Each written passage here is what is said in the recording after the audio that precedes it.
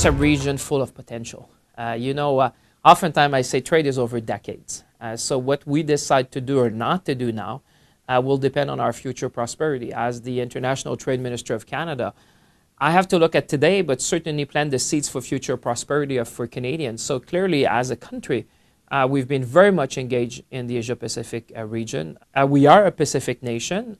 We have been engaging with ASEAN to start exploratory discussions about a free trade agreement. As you may know, Prime Minister Trudeau has asked me in my mandate letter to focus on India, focus on Japan, focus on China. And I think it's just an understanding that our progressive and inclusive trade agenda is making a difference in the world. And that's the voice of Canada. I think in terms of policies, our free trade agreement is essential because this is allowing easier access for our small and medium-sized business. It's about cutting red tape when people want to export. It's about also providing the rules of the game. When I was with my counterparts in Asia Pacific, we all recommitted that we want to have open, free, and principled trade in that region. And I really think Canada can make a difference. I am proud to say that Canada is becoming a global hub for artificial intelligence. We have invested heavily. We want to be the global hub of innovation. And clearly, I think it's by investing in these new fields of research that we can position ourselves for the next century, making sure that, when you invest in artificial intelligence, what do you invest? You invest in people.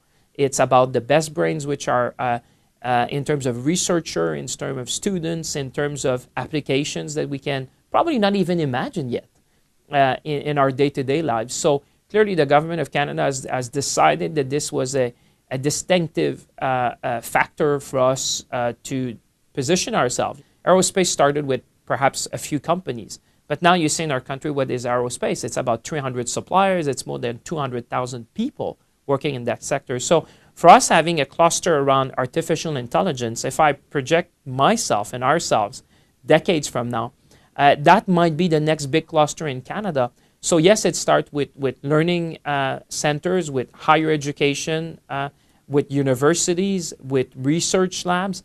But the potential for the next decades is what is exciting for all of us as Canadians. The way we deliver services, the way we interact with citizens, it's about speed, it's about personalized delivery of services. I think you will see a revolution in that, or I think over the next decades, about e-government.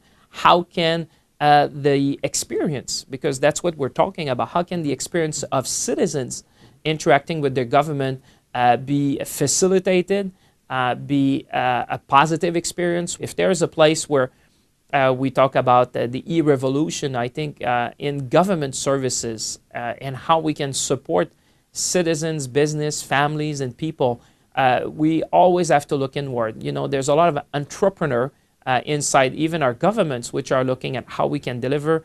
Generations that are coming have lived to revolution in terms of information technologies.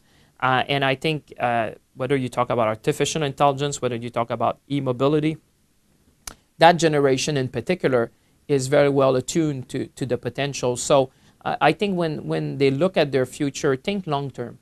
The benefit of time is on your side when you're young. Think about learning. Think about adapting, and look as well as we were looking at the world, connectivity, I think, is going to be part of everyday life. Not only connectivity through a system, but connectivity to the world. The best ideas around the world will travel faster. The ways of manufacturing probably will change. We talk about 3D printing. The way I think it's phenomenal that today, it's all about innovation, about brain. If you have a great idea today, you can become, you can transform lives, not only at the scale of a school or a college or a city, but almost a planet. And we've seen it in even our lifetimes, people who have transformed the way we communicate. So I think the best is yet to come.